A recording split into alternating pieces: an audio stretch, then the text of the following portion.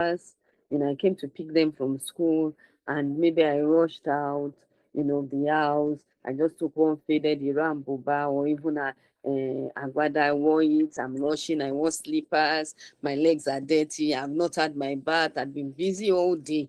It's not the normal way I would look, but this day, I just said, and I meet my children with their friends, and I just, come, come, come, come. And the first thing, do my children have a right to say, mommy, the way you dress? Do they have a right to be embarrassed? First of all, do they have a right to almost want to say this is not my mother? So do they have a right to say that? Of course they do, you know, because they will feel the weight of that choice. They're going to um look at other parents, other mothers that come and say, why can't my mother dress like this? Because some people might even, their friends might even tell them the next day in school, was that your house help that came to pick you? And that will cause an embarrassment for the children. So that decision that we've made, meanwhile, we have reasons for making that decision. Going to pick the child, you're in a rush and everything will affect that child. Children want to be proud of their parents. They want to beam when they say, that's my mother. They don't want to show and can be embarrassed to claim their parents. So, and it's in the same vein. If they behave badly in public, they speak rudely, they fight, they bully, and they carry themselves carelessly, people do not say, that child. The first thing they ask, who is the father? Who is the mother? Do you understand? Before they will ask first, who is the mother? Before they ask, who is the father? And so their actions also show off in our own reputation. A child that is bad, it's assumed that the child lacked home training, even though you may have trained the child properly and done all the best that you can. But that's just the way it is. And it makes me see more that our lives are really not our own, even though they are, because we're all linked. And linkage means being responsible for who we are and who we are becoming. Our children don't just live with us. The truth is that they represent us, whether for good or whether for bad. They represent us. And so, if a parent is constantly fighting in public, the child will feel it. They will become really withdrawn, especially when their friends are there. If, like I said, if a child is behaving badly, the parents' upbringing is questioned. And if a parent lives with integrity, the child gains social respect automatically. Mm. So I'm sure somebody is asking, should we live for other people? And the answer is, what do you think?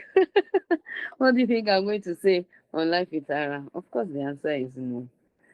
I said that your life is not your own, yet it is.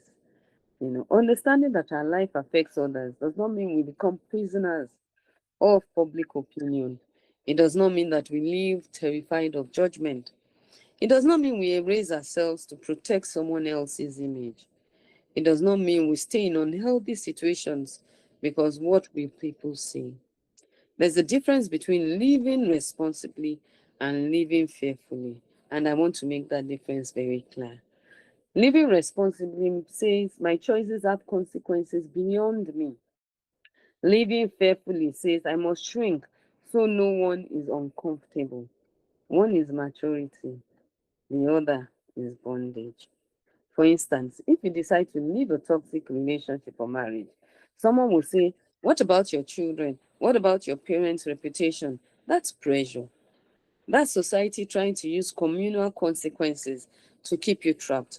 But if you decide to cheat on your spouse and say, it's my life, I can do whatever I want, that's irresponsibility disguised as independence. I hope you see the difference.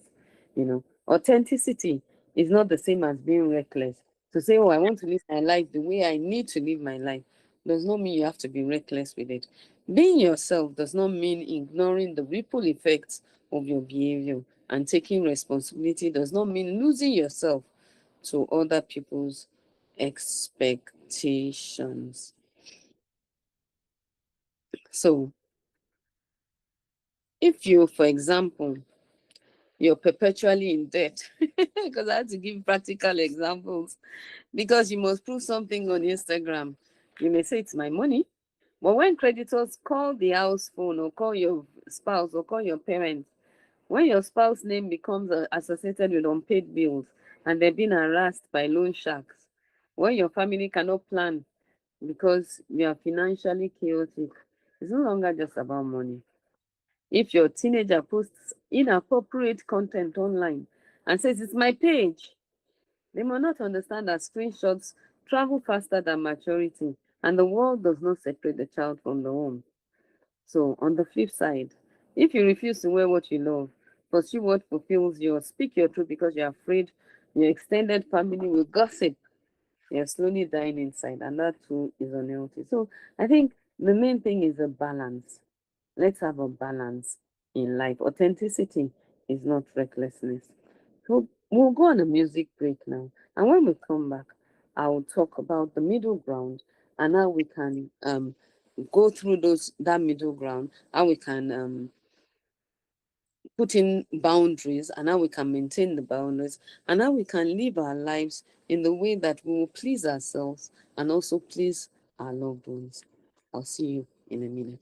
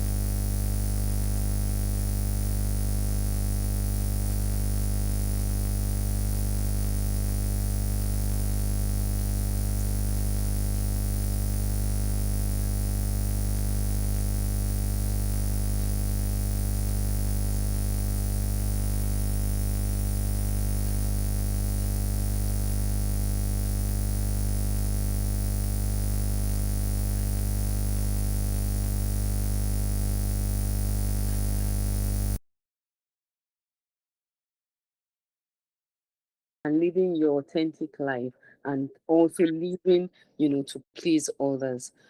But I did say that there's a middle ground to this thing. There's a balance, and I want to talk about the balance now.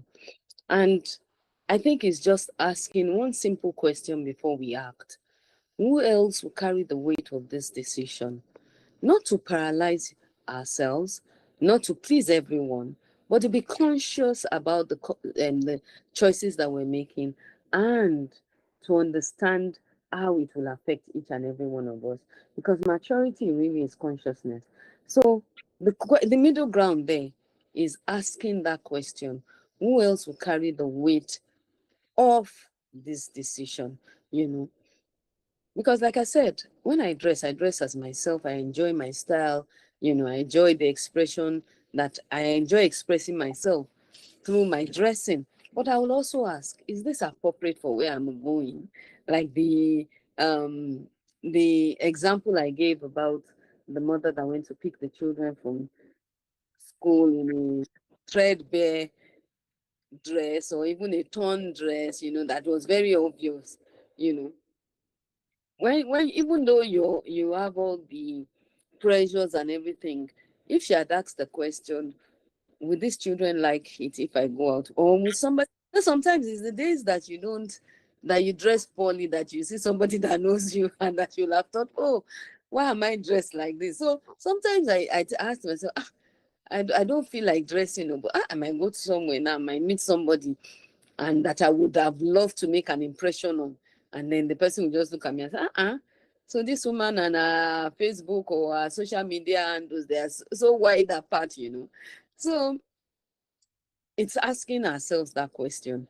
Who else will carry the weight of this decision? This thing that I'm doing, how will it look if it's somebody else that does it? Is this respectful to the space I'm entering? It's not oppression. It's not living your life being dictated by other people. It's just discernment, and that's the truth. You know, um we're not floating alone in space.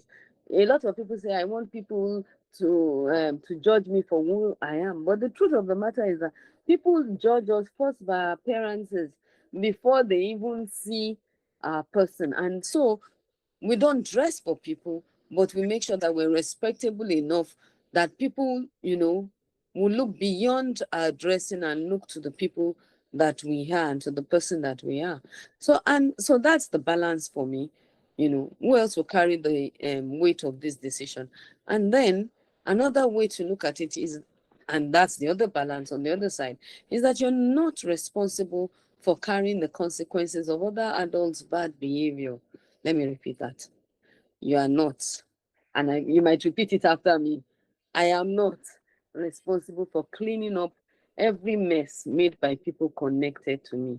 I am not responsible for carrying the consequences of my parents' decisions, or their bad behavior, of my spouse's bad behavior, of my children's bad behavior. I know it's very easy to say it, but the truth of the matter is that, especially for women, we carry the burden of other people's actions and the consequences of those people's actions. And the funny thing I've seen and I've heard, you know, that has shocked me, when we complain about it, the people that were carrying their burdens and carrying the consequences for will say, but you don't have anything to do with it now. Who told you to take that step on my behalf?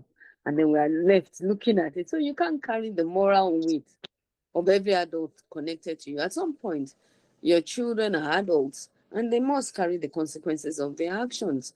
You cannot live permanently apologizing for someone else's bad behavior. You cannot control your spouse's character. And if they choose dishonesty, you're not obligated to defend the indefensible. It's not that your life is not your own does not mean that you are saying something is wrong and you are defending it because the person is linked to you. No, that also is an extreme of it. There is a balance to everything. You can't micromanage people. You can love them, you know, love them in spite of their choices, without absorbing their consequences as your identity. So that's the balance for me. The truth is that although our life affects one another, we still each own our decisions. And this, of course, I said, is where many people struggle, because we either become overly individualistic, I don't owe anybody anything, or we become overly entangled. If they must fall, I will fall, or if they fall, I must fall with them. But neither extreme is healthy. So, how do we create balance? How do we create boundaries?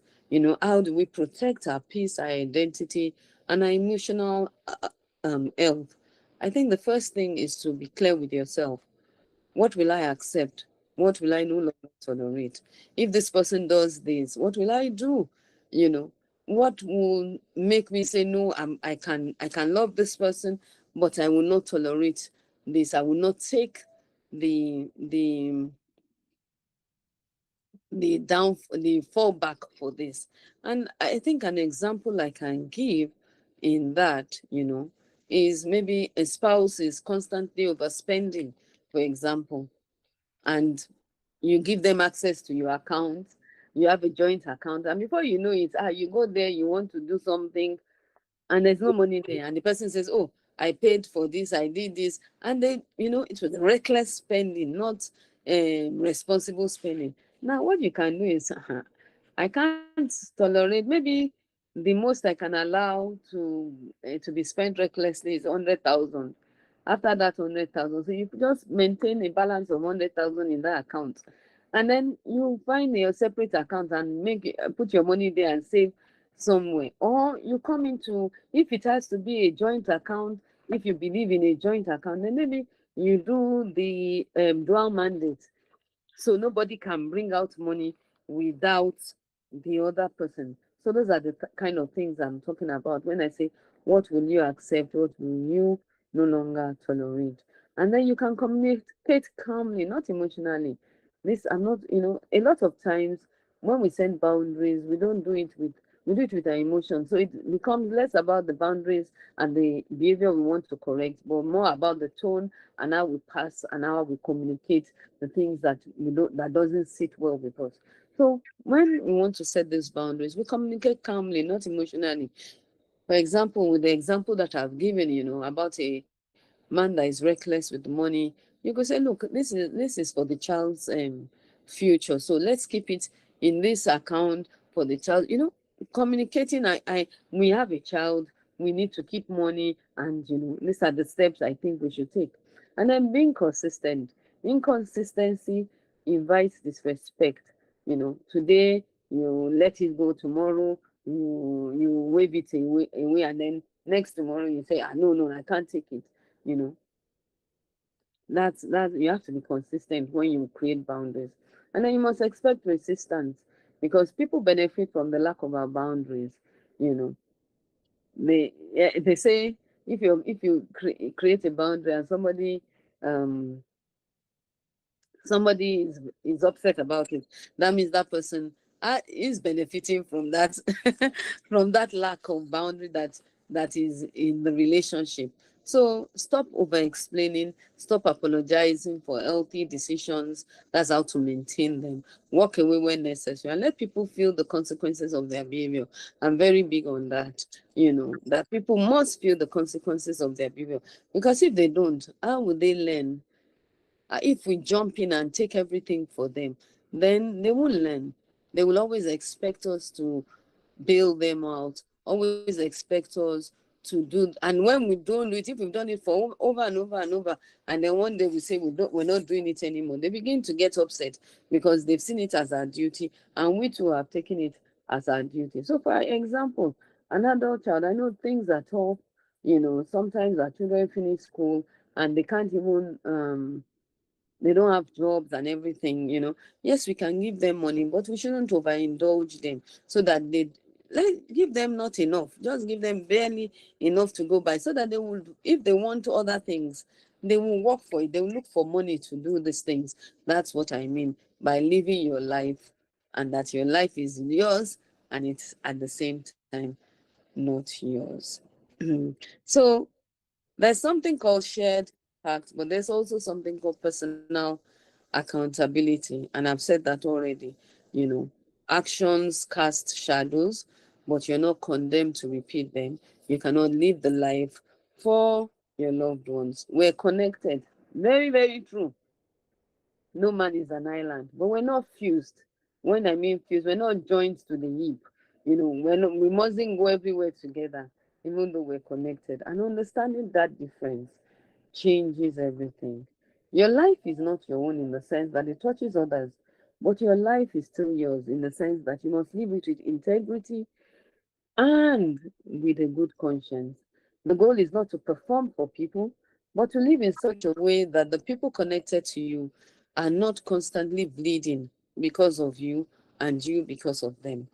There's something deeply powerful, like I said, about asking before you act.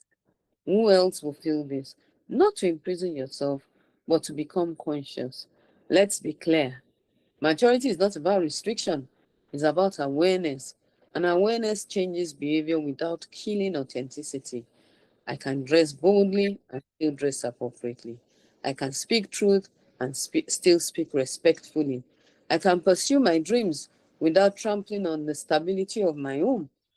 I can leave a toxic situation without staying to protect appearances. That is the balance. So I hope we all understand. So that's basically all I want to share on today's um show. We are human and we will fail each other. We will misjudge. We will sometimes hurt the very people we want to protect. That's part of being connected. And you understand it when people's actions hurt us, that our lives are entwined with others. But we'll become slower to act recklessly or carelessly when we understand that other people are dependent on the way we behave in so many ways.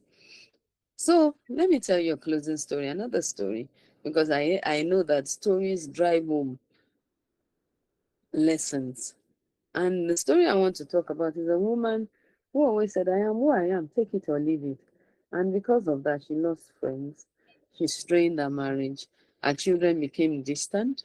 And then one day her daughter said to her, Mommy, loving you is hard because you don't think about how we feel. And finally, that sentence broke her. Not because she lost herself, or because she realized she had been living without awareness. She didn't become someone else. She became more conscious, and everything changed. So, freedom is not the absence of impact. Freedom is the wisdom to understand your impact and act with integrity anyway. I'll say that again. Freedom is the wisdom to understand how we impact other people's lives and to act with integrity anyway. It's been a beautiful time with you on Life with Tara today. I hope that the lesson that I've said and I've talked about today resonates with us throughout the week as we go about jobs, schooling, or whatever that we're more conscious of the fact that our actions affect people, our choices make a difference in people's lives, either for the good or for the better. And I hope that next week, Sunday, at 1 p.m. on this station, Women Radio 91.7, you meet up with me again as I take another important, practical topic, that we may learn from and that we would, in learning and not only listening, but also doing the things that we talk about on this show, we will become better people and our society will be better for it. Thank you for listening. Do have a good Sunday and a beautiful week. Bye.